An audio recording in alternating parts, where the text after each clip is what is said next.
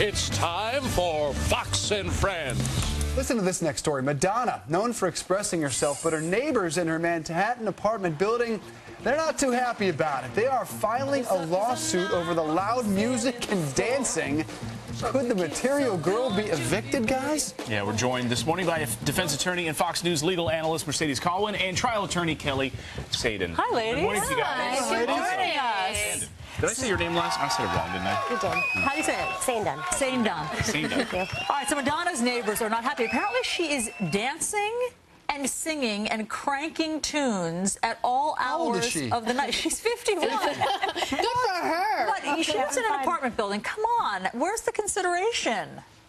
But frankly, looking at this, though, Allie, anybody living in New York, aren't there sirens blaring? Aren't there cabs honking? Aren't there cars everywhere? If you can't take the heat, get out of New York City, my friends, okay? I lived in the city long enough. As a New York girl, I'm telling you, that's what it's like. Let me look at the lawsuit now. Here's a quote, an excerpt from the lawsuit. Madonna and one or more of her invited guests repeatedly dance and they're training to unreasonably high decibel amplified music, causing noise and vibration to pour through the walls, ceilings, and radiators. Miss George has been forced to endure blaring music, stomping and shaking walls for approximately 1.5 to 3 hours each day. And I know that this is in some rental lease agreements. Vibrations through the wall, if it causes problems after 10 p.m. at night, that's reason to get evicted. Absolutely, and the board is saying that they've already told Madonna that she's going to be evicted, that this is improper, it's too loud, and she needs to tone it down or get out. What are the implications here? I mean, Mercedes, you're telling me across the country now you're going to open the door for lawsuits because of people partying and training? And that's the issue here. I mean, frankly, you know that's going to happen in some of these multiple dwelling apartments. You know there are going to be lots of people. There's lots of activities, lots of families,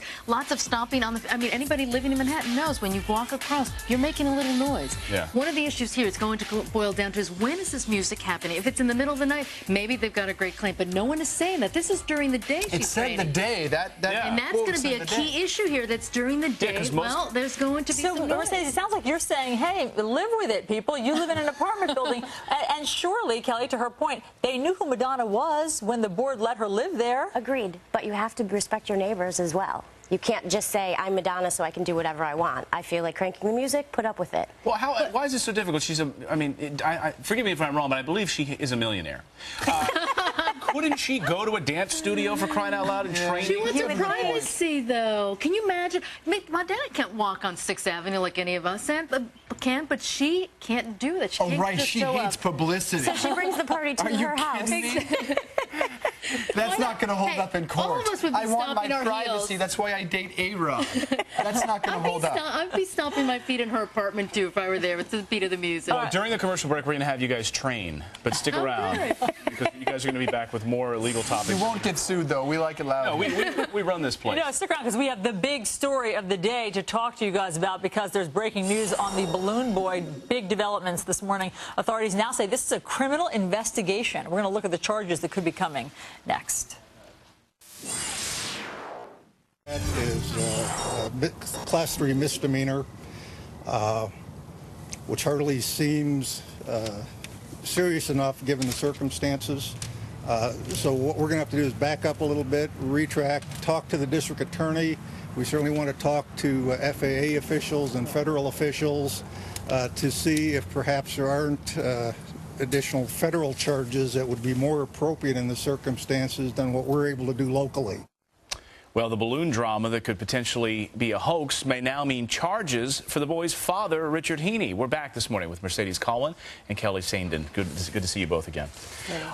Class 3 misdemeanor charges. What does that mean? It seems light, doesn't it? It is very light. It's basically less than 12 months in prison, if that at all. There's no criminal history to this family, so we're talking probation. We may even talk about a dismissal. That's why the sheriff is so upset. He's thinking, I have to move forward. I've got to push and go to the feds. So how are they going to look? He talks about going back to federal investigators, going back to the feds and talking with them there. And he said talking to the district attorney.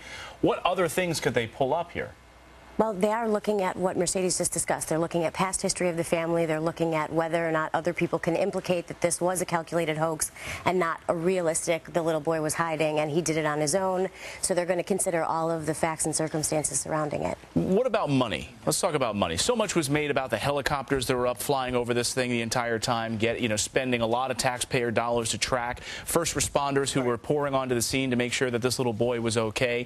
Would the family have to pay any of that money back? Some folks are saying they will, because remember the runaway bride? She had hundreds of thousands of dollars to pay back. But I don't think this is a hoax, though. I really believe that, because honestly, wait a second. I swear, I honest to God, if there's one way for you to have the entire world know that you're doing something, is to tell your little kids. You're not going to tell your kids, hey, here's a secret. Mommy and Daddy want to pull the wool over these people's eyes. Just pretend that you went on the balloon. I don't think that I really honestly feel that this is not a hoax. But all evidence to the contrary right now, it looks like. I mean, as a little boy says on national television, well, you said we did it for the show. We did it for the show. And whether or not the parents then had him hide in an attic in an effort to get to pull off this hoax. Glenn, he's 6 years old. All of the viewers here who have little children know there's one way to tell everybody what you're up to is tell your little kid who's going to say, oh, bub. They're not going to do that.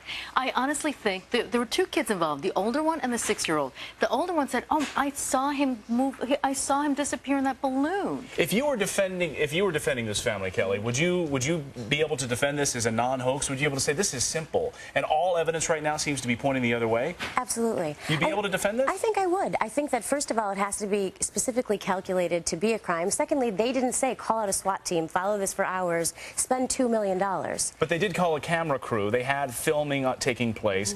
We now know, according to the New York Post this morning, that the father had spoken at length before to a friend who said, we wanted to do something like this, put something like this together in an effort to draw attention to my family. There's a paper trail there. But does that make it a crime?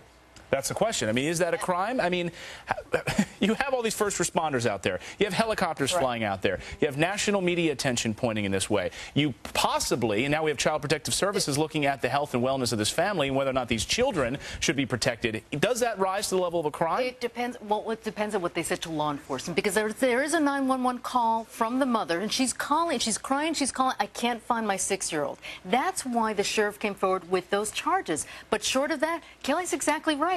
They're the ones that had the camera crews. The media descended upon this family. There was a lot of media attention. That drove a lot of the efforts by law enforcement. And if I may say one thing about that, if you do have a lost child, if that's legitimate and you do have a lost child, wouldn't you use every method available to you to bring attention on that? Sure. So if he was legitimately lost and they didn't know, wouldn't you call the media? Sure. Well, I think, yeah, you'd call 911 first, then you might call Fox and Friends. Exactly. I would. There you go.